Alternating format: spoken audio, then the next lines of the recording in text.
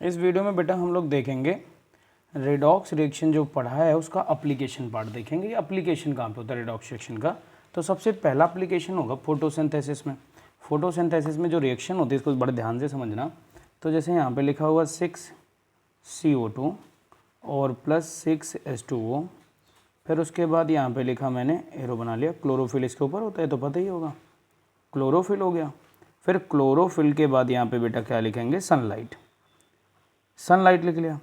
अब बच्चे क्या बनता है तो सबको पता है, ये बनता C6H12O6 और क्या बन गया 6O2 बन गया। क्या बन गया 6O2 बन गया। अब यहाँ पे जो CO2 है बेटा, क्या है CO2 पर ऑक्सीडेशन स्टेट कितनी है बेटा बताओ। रुको एक मिनट, मैं कह रहा हूँ CO2 पर बताओ ऑक्सीडेशन स्टेट कितनी है। तो यहाँ पे -2 होगा तो इधर कितना आ जाएगा, +4 हो जाएगा। और यहाँ पर अगर ध्यान से देखोगे तो इसका अगर निकालना हो तुम्हें तो वाटर मॉलिक्यूल है बेटा, क्या है वाटर मॉलिक्यूल है। ऐसे ना निकालना हो तो ऐसे निकाल लो। देखो इधर C6, यहाँ पे बेटा ये जो जा रहा है ये +4 से कहाँ जा रहा है, 0 जा रहा है। तो जब +4 से 0 जा रहा है तो बताओ इसका क्या होगा, तो रिड्यूस होगा। तो CO2 इस केस में क्या होगा, रिड्यूस हो जाएगा। तो इसका क्या हो जाएगा, रिडक्शन हो जाएगा। ठीक है। और उसी तरह से जो H2 है यहाँ पे -2 है और -2 से कहाँ पे ऑक्सीजन जाएगा 0 में, तो ये चार्ज इंक्रीज हो रहा है। जब चार्ज इंक्रीज होता है तो ऑक्सीडेशन होता है, तो एक तरह से फोटोसिंथेसिस रिडॉक्स रिएक्शन होती है। ये दिमाग में डाल लो। ठीक है, इतनी जब बात आ जाती है फिर मैं आगे बढ़ता हूँ बेटा। अब इसका लास्ट टॉपिक देखेंगे इसी में, इलेक्ट्रोकेमिकल सेल। तो जो इलेक्ट्रोकेमिकल सेल होता है ये एक तरह से देखा जाए तो इनडायरेक्ट रिडॉक्स रिएक्शन के अंतर्गत आता है। और इलेक्ट्रोकेमिकल सेल एक ऐसी डिवाइस होती है जिसमें हम क्या करते हैं, कन्वर्ट करते हैं जो केमिकल एनर्जी होती है, ध्यान से सुनना, जो केमिकल एनर्जी होती है बच्चे, वो केमिकल एनर्जी को हम कन्वर्ट करते हैं इलेक्ट्रिकल एनर्जी में। किस में करते हैं, इलेक्ट्रिकल एनर्जी में करते हैं। बच्चे जो ये इलेक्ट्रिकल एनर्जी में कर रहे हैं ना यहाँ पे, तो इसको समझने के लिए एक चीज़ समझो यहाँ पे कि सबसे पहले हम यहाँ पे क्या करेंगे, एक ये डिवाइस बनाते हैं, सेल बनाते हैं। तो सेल को समझो, यहाँ पे 2 बीकर बनाएंगे बच्चे। क्या करेंगे, 2 बीकर बनाएंगे। तो मान लो एक बीकर यहाँ पे ऐसे बना लिया, ठीक है, एक बीकर यहाँ पे ऐसे इस हिसाब से बना दिया, ठीक है। और इस बीकर में मैंने मान लो ले लिया एक इलेक्ट्रोलाइट। इलेक्ट्रोलाइट समझते हो तुम लोग, नहीं समझते होगे तो इलेक्ट्रोलाइट ऐसे समझो, एक आयनिक सॉल्यूशन होता है, उसे हम क्या बोलते हैं, इलेक्ट्रोलाइट बोलते हैं। तो यहाँ पर मैंने एक ये देखो बेटा बीकर बना लिया और एक बीकर साइड में भी उतनी ही साइज़ का बना लिया, सेम क्वांटिटी यहाँ पे रखेंगे। अब यहाँ पे इस हिसाब से बीकर जब बना लिया बच्चे, तो इसमें मान लो मैंने ले लिया 1 मोलर ZnSO4, मतलब यहाँ पे मोलैरिटी जो यूज होती है तो 1 मोलर ZnSO4 का सॉल्ट ले लिया। तो ये इलेक्ट्रोलाइट हो गया। और जिसका सॉल्ट होना चाहिए, कंडीशन होती है उसी की रॉड होनी चाहिए। तो जैसे यहाँ पे 1 मोलर था बच्चे, तो अब 1 मोलर का सॉल्ट था, तो इसमें अब मैं क्या करूँगा, एक मेटल रॉड डालूंगा। और मेटल रॉड किसकी होनी चाहिए, जिंक की। तो ये लो मैंने जिंक की मेटल रॉड यहाँ पे डाल दी, ठीक है। तो इस सॉल्यूशन में जिंक की मेटल रॉड डाली, तो जिसका सॉल्यूशन उसी की मेटल रॉड होनी चाहिए। उसके बाद यहाँ पे मैंने क्या किया, यहाँ पे दूसरा एक मेटल प्लेट लिया। और इस बार जो मेटल प्लेट बच्चे लिया मैंने वो कॉपर का लिया। तो जिसका सॉल्यूशन यहाँ पे ध्यान रखना, जिसका रॉड डालोगे उसी का सॉल्यूशन। तो यहाँ पे 1 मोलर CuSO4 ले लिया बेटा, क्या लिया, 1 मोलर CuSO4 ले लिया। और अब क्या करेंगे, इन दोनों को मैं कनेक्ट कर दूंगा वायर से। तो यहाँ पे मैंने क्या किया, इस दोनों को कनेक्ट कर दिया वायर से। तो जैसे ही यहाँ पे वायर से कनेक्ट, बड़े ध्यान से समझना मैं क्या बोल रहा हूँ। मैं ये कह रहा हूँ, सबसे पहले आप समझो, मैंने 2 बीकर लिए, दोनों बीकर में एक तरफ क्या करा, 1 मोलर ZnSO4 का एक्व सॉल्यूशन ले लिया। मतलब एक्व सॉल्यूशन मतलब यहाँ पे मैंने डाला है वाटर, उसमें ZnSO4 डाल दिया। यहाँ पे क्या ले लिया, एक्व सॉल्यूशन ऑफ 1 मोलर CuSO4 ले लिया। फिर इसमें मेटल के रॉड लगाए। तो जो मेटल के रॉड लगाए ना, तो कॉपर रॉड लगाया, तो इसे कैथोड बोलेंगे। कॉपर रॉड जो होगा उसे क्या बोलेंगे, कैथोड। अभी बता रहे हैं कैथोड कैसे होगा। और एक जो होगा उससे क्या बोलेंगे हम, एनोड। अभी बताएंगे ये एनोड क्यों बोला, उसको कैथोड क्यों बोला। अभी इनको बोलते क्या है, इलेक्ट्रोड बोलते हैं। जो मेटल रॉड बनती है इनको ऐसे क्या बोलोगे, इलेक्ट्रोड। क्या बोलोगे बेटा, इलेक्ट्रोड बोलोगे। अब होता क्या है, जैसे इसको हम यहाँ पे एमीटर से कनेक्ट करते हैं, किससे कनेक्ट करते हैं, एमीटर से, वैसे इसमें डिफ्लेक्शन होता है और ऐसे इधर की तरफ ऐसे हो जाता है डिफ्लेक्शन। तो इससे ये पता चलता है कि जो करंट है वो इधर से इधर फ्लो हो रहा है। जो करंट है वो किधर से किधर फ्लो हो रहा है, वो करंट यहाँ से इधर फ्लो हो रहा है, ठीक है। तो करंट बच्चे जो है वो इधर से इधर फ्लो हो रहा था। तो ये सबको पता है, करंट जो होता है वो हरदम अपोजिट डायरेक्शन ऑफ इलेक्ट्रॉन के फ्लो करता है। तो अगर करंट इधर से इधर जा रहा था तो इलेक्ट्रॉन इधर से इधर जा रहा होगा। तो अब इसके अंदर क्या रिएक्शन चल रही होगी और थोड़ी देर बाद ऐसे होने के बाद रिएक्शन स्टॉप हो जाती है, मतलब एम मीटर में करंट शो होना बंद हो जाता है। तो ऐसा क्या था, जो केमिकल्स लिए उसके बाद इसमें रॉड डाल के जैसे ही कनेक्ट किया तो एम मीटर में डिफ्लेक्शन होने का मतलब इसमें करंट प्रोड्यूस हुआ। इसीलिए बोलते हैं इलेक्ट्रोकेमिकल जो सेल होती है ये केमिकल एनर्जी को इलेक्ट्रिकल एनर्जी में कन्वर्ट करती है। ठीक है, अब इसमें फिर करंट रुक क्यों गया वो भी बताएंगे। सबसे पहले ये आपके दिमाग में आ जाना चाहिए कि इसमें क्या था, 1 मोलर ZnSO4 था और इसमें 1 मोलर CuSO4 था। फिर उसमें मैंने यहाँ पे एनोड की रॉड लगाई थी और यहाँ पे मैंने जिंक डाला था, इसमें कॉपर डाला था। जैसे इसको बैटरी से कनेक्ट करते हैं तो बैटरी से कनेक्ट करने पर बच्चे होता क्या है, यहाँ से ऐसे समझो, ये जिंक जो होता है ये जिंक का रॉड यहाँ से Zn+2 के फॉर्म में इसमें कूद जाता है। किस फॉर्म में कूद जाता है, Zn+2 के फॉर्म में इसमें कूद जाता है। तो जो Zn+2 के फॉर्म में इसमें कूद जाता है आगे Zn+2 और यहाँ पर अपने इलेक्ट्रॉन रख देता है। अब इसको इस हिसाब से समझो, जैसे ही कनेक्ट किया था तो यहाँ पे इस सॉल्यूशन और इलेक्ट्रोड के बीच में एक टर्म आता है पोटेंशियल डिफरेंस। क्या टर्म आता है बेटा, पोटेंशियल डिफरेंस। तो जो पोटेंशियल डिफरेंस क्रिएट हुआ तो इससे क्या हुआ, जिंक अपने कपड़े ऐसे मान लो, ये जो 2 इलेक्ट्रॉन इसको कपड़े मानो, तो अपने कपड़े उतार के यहाँ पे रख दिया और खुद कूद गया इसमें। और जब कूदेगा तो बेटा इस रॉड पे बताओ लगातार जब एक कूदेगा तो धीरे धीरे इसमें इलेक्ट्रॉन आते जाएंगे। जब इलेक्ट्रॉन आएंगे तो पूरा चार्ज कैसा हो जाएगा, निगेटिव। और सोचो धीरे धीरे ये डिप्लीट होने लगेगा, धीरे धीरे मतलब ये कम होने लगेगा। तो इलेक्ट्रोड जो है इस पर कैसा चार्ज आ गया, नेगेटिव। और यहाँ पे क्या हो रहा था, जो Zn था वो किस में जा रहा था, Zn+2 में। किस में जा रहा था बेटा, Zn+2 में। अब इस चीज़ को देखो इधर थोड़ा सा आगे कि अगर बेटा ऐसा हो रहा है, इधर रिएक्शन देखना, तो यहाँ पे क्या हो रही है, ये इधर की रिएक्शन चल रही है। तो इधर Zn जो था, Zn ने क्या करे, अपने 2 इलेक्ट्रॉन निकाले और इसमें कूद गया। तो 2 इलेक्ट्रॉन इसने लूज किए और किस फॉर्म में आ गया, Zn+2 के फॉर्म में आ गया। किस फॉर्म में आ गया बेटा, Zn+2 के फॉर्म में आ गया। तो ये Zn+2 के फॉर्म में जब कोई इलेक्ट्रॉन लूज करता है तो उसे बोलते हैं ऑक्सीडेशन हाफ रिएक्शन। तो ये ऑक्सीडेशन हो रहा था, आधे सेल में हो रहा है, तो इसको हम बोलेंगे ऑक्सीडेशन हाफ रिएक्शन बोलेंगे। बड़े ध्यान से समझना। तो ऑक्सीडेशन हाफ रिएक्शन बोल दिया बच्चे। उसके बाद इधर आओ, इधर क्या हो रहा था, तो यहाँ पर जब ये इलेक्ट्रॉन इधर से इधर आएंगे, तो जब इलेक्ट्रॉन इधर से इधर आएंगे, जब इधर बहुत ज़्यादा हो जाएंगे तो अपने आप यहाँ पे सॉल्यूशन में Cu जो है ये किस फॉर्म में टूटा रहता है, Cu प्लस SO4 माइनस के फॉर्म में पड़ा रहता है। वैसे ही ZnSO4 भी पड़ा रहेगा, तो Zn+2 और SO4 -2। तो यहाँ बार बार क्या होता है, जो Cu होता है ये Cu बार बार इससे टकराता है और टकरा के ऐसे चला जाता है। तो जब ये इससे बार बार टकराता है तो ये इसके पास जाता है और इलेक्ट्रॉन लेने की कोशिश करता है, तो उसमें डिमांड बढ़ जाती है। जब डिमांड बढ़ेगी तो इलेक्ट्रॉन अपने आप इधर से इधर आएगा, और जब बच्चे इलेक्ट्रॉन यहाँ पर आ जाएगा तो ये कॉपर जो है, ये कॉपर आएगा, सुनना, कॉपर +2 इसमें आएगा और आकर क्या होगा, इससे इलेक्ट्रॉन लेकर यहीं पर डिपॉजिट होने लगेगा। तो धीरे धीरे ये इलेक्ट्रोड धीरे धीरे मोटा होने लगेगा और ये धीरे धीरे पतला होने लगेगा। तो इधर रिएक्शन क्या होगी, तो इधर हुआ था तुम्हारे पास क्या था, कॉपर +2 था बेटा, क्या था, कॉपर +2 था। तो कॉपर +2 को 2 इलेक्ट्रॉन मिले और क्या हो गया बेटा, Cu हो गया। तो यहाँ पर हम बोलेंगे रिडक्शन ऑफ हो गया। क्या हुआ बेटा, रिडक्शन ऑफ हो गया। अगले पेज में समझते हैं इसकी पूरी कहानी। बच्चे वहाँ पे जगह कम हो गई थी इसलिए यहाँ पे फिर से फिगर बना लिया। तो मैंने अभी तक तुमको ये समझाया कि जो इलेक्ट्रोकेमिकल सेल होती है वो केमिकल एनर्जी को इलेक्ट्रिकल एनर्जी में कन्वर्ट करती है। और इलेक्ट्रोकेमिकल सेल का एक एग्जांपल अगर मैं लेना चाहूँ तो इसमें मैं बोल सकता हूँ डेनियल सेल। क्या बोल सकते हैं, डेनियल सेल। और डेनियल सेल बोल सकते हो या गैल्वेनिक सेल बोल सकते हो। गैल्वेनिक सेल जो इस समय बना रही है गैल्वेनिक सेल है, ठीक है, इतनी बात आप समझ सकते हो। उसके बाद मैंने ये कहा इसमें कुछ नहीं, 2 बीकर लिए, दोनों बीकर में मैंने इलेक्ट्रोलाइट लिया। इलेक्ट्रोलाइट बेटा क्या होता है, इसको थोड़ा सा साइड में जान लो। एक वर्ड जैसे मैंने बोला इलेक्ट्रोलाइट, ये क्या होता है, तो तुम्हारे दिमाग में इलेक्ट्रोलाइट इतना आना चाहिए कि आयनिक सॉल्यूशन। क्या आना चाहिए बेटा, आयनिक सॉल्यूशन। तो आयनिक सॉल्यूशन क्या होता है, इलेक्ट्रोलाइट होता है।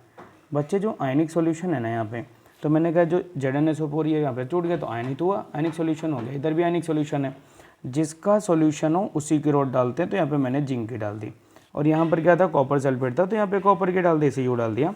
बच्चे अब क्या होगा, जैसे ही मैं इस पर कनेक्ट करता हूँ तो करंट करने पर एम्पियर में एम मीटर में क्या होता है, डिफ्लेक्शन होने लगता है। इसका मतलब इसमें करंट फ्लो हो रहा होता है। तो देखा जाता है करंट जब ये इधर शिफ्ट हुआ तो इसका मतलब करंट इधर जा रहा होगा। तो ये हमें पहले से पता होता है कि करंट और इलेक्ट्रॉन की अपोजिट डायरेक्शन होती है, तो इधर इलेक्ट्रॉन जा रहा होगा। अब देखा जाता है इसके अंदर क्या रिएक्शन होगी, तो मैंने बताया कि जैसे इसको कनेक्ट करा तो यहाँ से क्या था, जिंक यहाँ पे सॉल्यूशन में आ गया Zn+2 के फॉर्म में, तो अपने दोनों इलेक्ट्रॉन कहाँ यहाँ पे उतार के आ गया। तो ऐसे समझो अगर ये दोनों यहाँ से आ रहा था तो स्विमिंग पूल में कूदना है तो कपड़े बेटा यहाँ पे उतारेगा, तो हर एक जब जाएगा एलिमेंट तो आयन के फॉर्म में जाएगा, इलेक्ट्रॉन यहाँ पे छोड़ता चला जाएगा। तो हो क्या रहा है यहाँ पे, अगर ध्यान से देखोगे तो तुम बताओगे सर कि Zn जो है वो किस फॉर्म में जा रहा है, Zn+2 के फॉर्म में जा रहा है और बेटा 2 इलेक्ट्रॉन रिलीज कर रहा है। तो जैसे ही ऐसे मैंने देखा ये रिएक्शन हो रही थी तो मैंने बोला ये बच्चे जो रिएक्शन हो रही है इसे हम क्या बोलेंगे, ऑक्सीडेशन। बेटा क्या बोलेंगे, ऑक्सीडेशन हाफ सेल। आधा हो रहा है ना, एक तरफ देखा तो हाफ सेल हो गया, तो ऑक्सीडेशन हाफ रिएक्शन लिख लिया। क्या लिखा, ऑक्सीडेशन हाफ रिएक्शन हो गया इधर। अब इधर ऑक्सीडेशन हाफ रिएक्शन होगा मान ली मैंने। अब बताओ जिधर ऑक्सीडेशन होता है, याद रखना मेरी बात, जिधर ऑक्सीडेशन होता है उस इलेक्ट्रोड को, मतलब उस मेटल प्लेट को हम क्या बोलते हैं, एनोड। हरदम याद रखना एनोड। क्या याद रखोगे, एनोड याद रखोगे। और जब भी बताओ इस रॉड पे बार बार Zn+2 इसमें आएगा तो हर बार इलेक्ट्रॉन यहाँ पे आ जाएगा, तो इस पर चार्ज कैसा होगा, निगेटिव। याद रखना अभी तक पॉजिटिव पढ़ते थे, लेकिन इलेक्ट्रोकेमिकल सेल में क्या होता है, निगेटिव हो जाएगा। कितना हो जाएगा बेटा, निगेटिव हो जाएगा। अच्छा फिर क्या हुआ, जब इलेक्ट्रॉन इधर आएगा तो इस रॉड में इलेक्ट्रॉन आ जाएगा और यहाँ पे जो सॉल्यूशन में Cu+2 पड़ा होगा ये इसके पास जाएगा और इलेक्ट्रॉन को गेन करेगा और इसी में डिपॉजिट हो जाएगा। क्या हो जाएगा, डिपोजिशन होगा। तो धीरे धीरे ये इलेक्ट्रोड मोटा होने लगेगा और ये इलेक्ट्रोड जब इसमें गया तो इसमें +2 इसमें चला जाएगा, तो ये क्या हो जाएगा, पॉजिटिव। इसे बोलते हैं कैथोड। कैथोड में हरदम क्या होता है, रिडक्शन। याद रखना कैथोड में हरदम क्या होता है, रिडक्शन। तो उधर ऑक्सीडेशन हुआ तो इधर रिडक्शन हो जाएगा और इधर क्या चार्ज आएगा, पॉजिटिव। तो यहाँ पर मैंने लिखा reduction half cell, reduction half cell. अब रिडक्शन हाफ सेल में क्या हुआ बताओ ज़रा, तो तुम कहोगे सर यहाँ पे हुआ था Cu+2 था, Cu+2 था और इसमें क्या कर दिया हमने, 2 इलेक्ट्रॉन दे दिए और जब 2 इलेक्ट्रॉन दिए तो क्या हुआ, Cu सॉलिड हो गया। और जब Cu सॉलिड हो गया तो बात बन गई ये वाली, ठीक, कोई दिक्कत तो नहीं है। अब सुनो मेरी बात, ये ऑक्सीडेशन हाफ रिएक्शन होगी, ये रिडक्शन हाफ रिएक्शन होगी। अब अगर मैं ओवरऑल रिएक्शन देखता तो ओवरऑल रिएक्शन दोनों को जोड़ते तो left hand side left hand में रहता, राइट हैंड साइड में रहता। तो बताओ बेटा यहाँ पे Zn था तो मैंने Zn लिख लिया, प्लस यहाँ पे क्या था, Cu+2 था और 2 इलेक्ट्रॉन लेफ्ट में थे, लिख लिया, एरो बनाओ। यहाँ क्या था, Zn+2 लिख लिया और क्या थे, 2 इलेक्ट्रॉन थे, 2 इलेक्ट्रॉन लिख लिया और ये किधर क्या था, Cu सॉलिड। बेटा Cu सॉलिड था। अब बताओ बेटा यहाँ से 2 इलेक्ट्रॉन से 2 इलेक्ट्रॉन काट दें तो ये जो आई इसे बोलते ओवरऑल रिएक्शन, ओवरऑल रिएक्शन। ये बात आ गई। अब उसके बाद मेरी बात सुनना, अभी क्या होता है रिएक्शन, अब थोड़ी देर बाद करंट अपने आप फ्लो होना बंद हो जाता है और जब करंट अपने आप यहाँ पे फ्लो होना बंद हो जाता है फिर क्या करते हैं, यहाँ पे ऐसा क्यों हुआ होगा, फ्लो होना बंद हो गया होगा।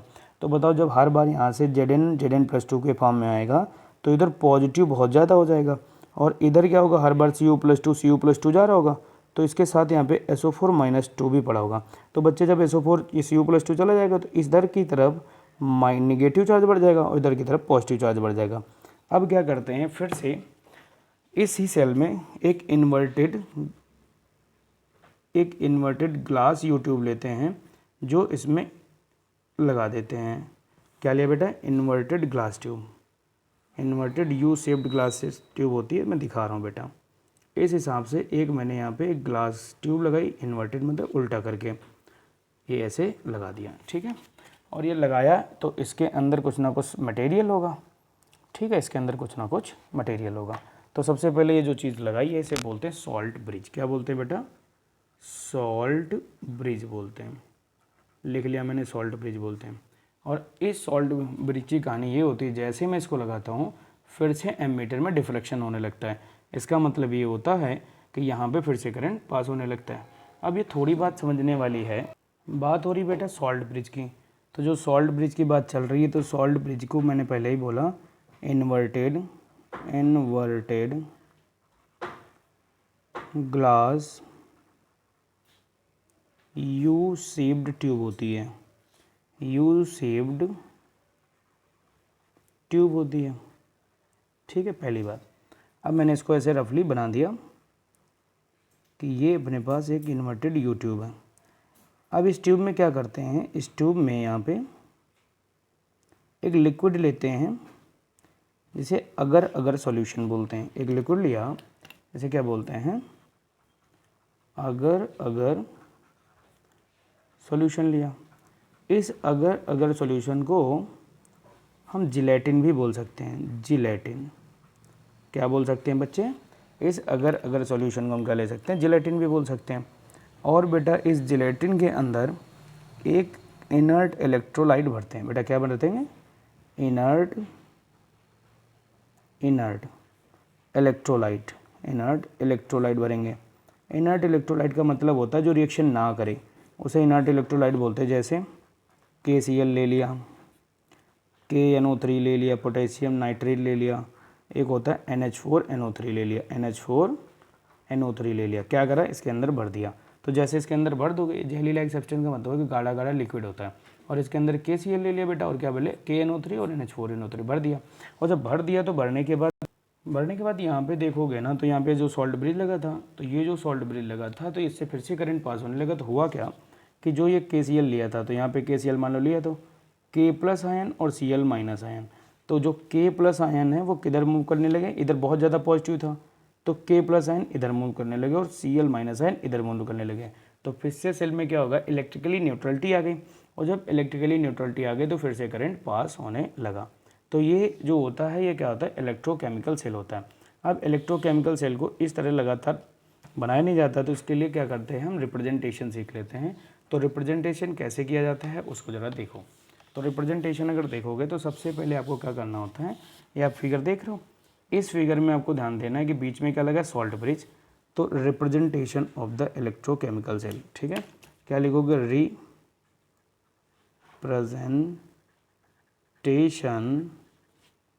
रिप्रेजेंटेशन ऑफ इलेक्ट्रोकेमिकल सेल,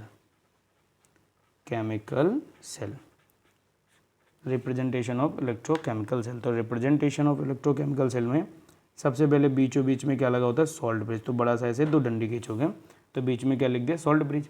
अब जो सॉल्ट ब्रिज लिखा तो इसके इधर होता है एनोड, इसके इधर होता है कैथोड, तो हरदम लेफ्ट साइड एनोड होता है। ये कैसे याद रहेगा, एक ये ट्रिक याद कर लो, लोन, LOAN, क्या याद करो, लोन, LOAN। L से बनेगा लेफ्ट, O से बनेगा ऑक्सीडेशन, A से बनेगा एनोड और N से बनेगा निगेटिव। याद कर लो कि लेफ्ट साइड अगर तुम क्या होगा, ऑक्सीडेशन, और ऑक्सीडेशन जिसका होता है उसे एनोड बोलते हैं, और एनोड जो होता है वो निगेटिव होता है, ठीक। अब बेटा यहाँ पे बताओ रिएक्शन क्या हुई थी, Zn से Zn+2 गए थे, कहाँ से कहाँ तक गए, Zn से Zn, फेस चेंज हुई ना, सॉलिड से एक्वस में आ रहे थे। तो यहाँ पे क्या करो, ऐसे लिखो, यहाँ पे Zn लिखा और Zn से कहाँ जा रहे थे, Zn+2। अगर बच्चे यहाँ पे एक्वस लिखना पड़ेगा, अगर यहाँ पे ये फेज सेम होते हैं, मतलब ये गैस गैस में होते हैं, सॉलिड सॉलिड में होते हैं, तो यहाँ कॉमा लगाया जाता है, ठीक है। इधर आओ, अब इधर बताओ किस में थे, तो इसमें बोलोगे Cu जो था, Cu जो था Cu+2 Cu में जा रहा था, कहाँ जा रहा था, Cu+2 Cu में जा रहा था। तो बेटा यहाँ पे क्या लिखेंगे, जो Cu+2 था तो मैंने लिखा Cu+2, और Cu+2 का क्या 1 मोलर सॉल्यूशन था, तो वो कंसनट्रेशन भी लिखा जाता है, 1 मोलर लिखा, ऑब्लिक लगाया और क्या लिख दिया, Cu लिख दिया। इधर बच्चे क्या करोगे, यहाँ पे 1 मोलर इसका भी रहेगा, तो इसके ब्रैकेट में डाल लेना 1 मोलर, मतलब इसका भी 1 मोलर लिखा जाता है। तो ये रिप्रेजेंटेशन कर दोगे, आराम से समझ में आ जाएगा, इधर ऑक्सीडेशन लिखा जाता है, इधर रिडक्शन। तो ये बात आ गई। और तुमसे क्या पूछ सकता है, और एक चीज़ और पूछ सकता है, मैं बता देता हूँ क्या पूछेगा। वो पूछेगा function of the salt bridge. क्या पूछेगा, function of the salt bridge, function of the salt bridge, ठीक है। चलो, सॉल्ट ब्रिज का क्या फंक्शन होता है ये भी भाई आपको आना चाहिए, और नहीं आएगा तो बेकार हो जाएगा। तो सबसे पहले मैंने क्या बताया था, अभी थोड़ी देर बताओ, तो मैंने ये बताया था भाई साहब कि वो क्या करता है, सॉल्ट ब्रिज जो होता है ये इलेक्ट्रिकल न्यूट्रलिटी करता है। तो सबसे पहले तो ये बात बता सकते हो, सॉल्ट ब्रिज जो करता है वो कनेक्ट करता है, कंप्लीट करेगा सेल को, रिएक्शन को कंप्लीट करता है, पूरे सर्किट को। तो सॉल्ट ब्रिज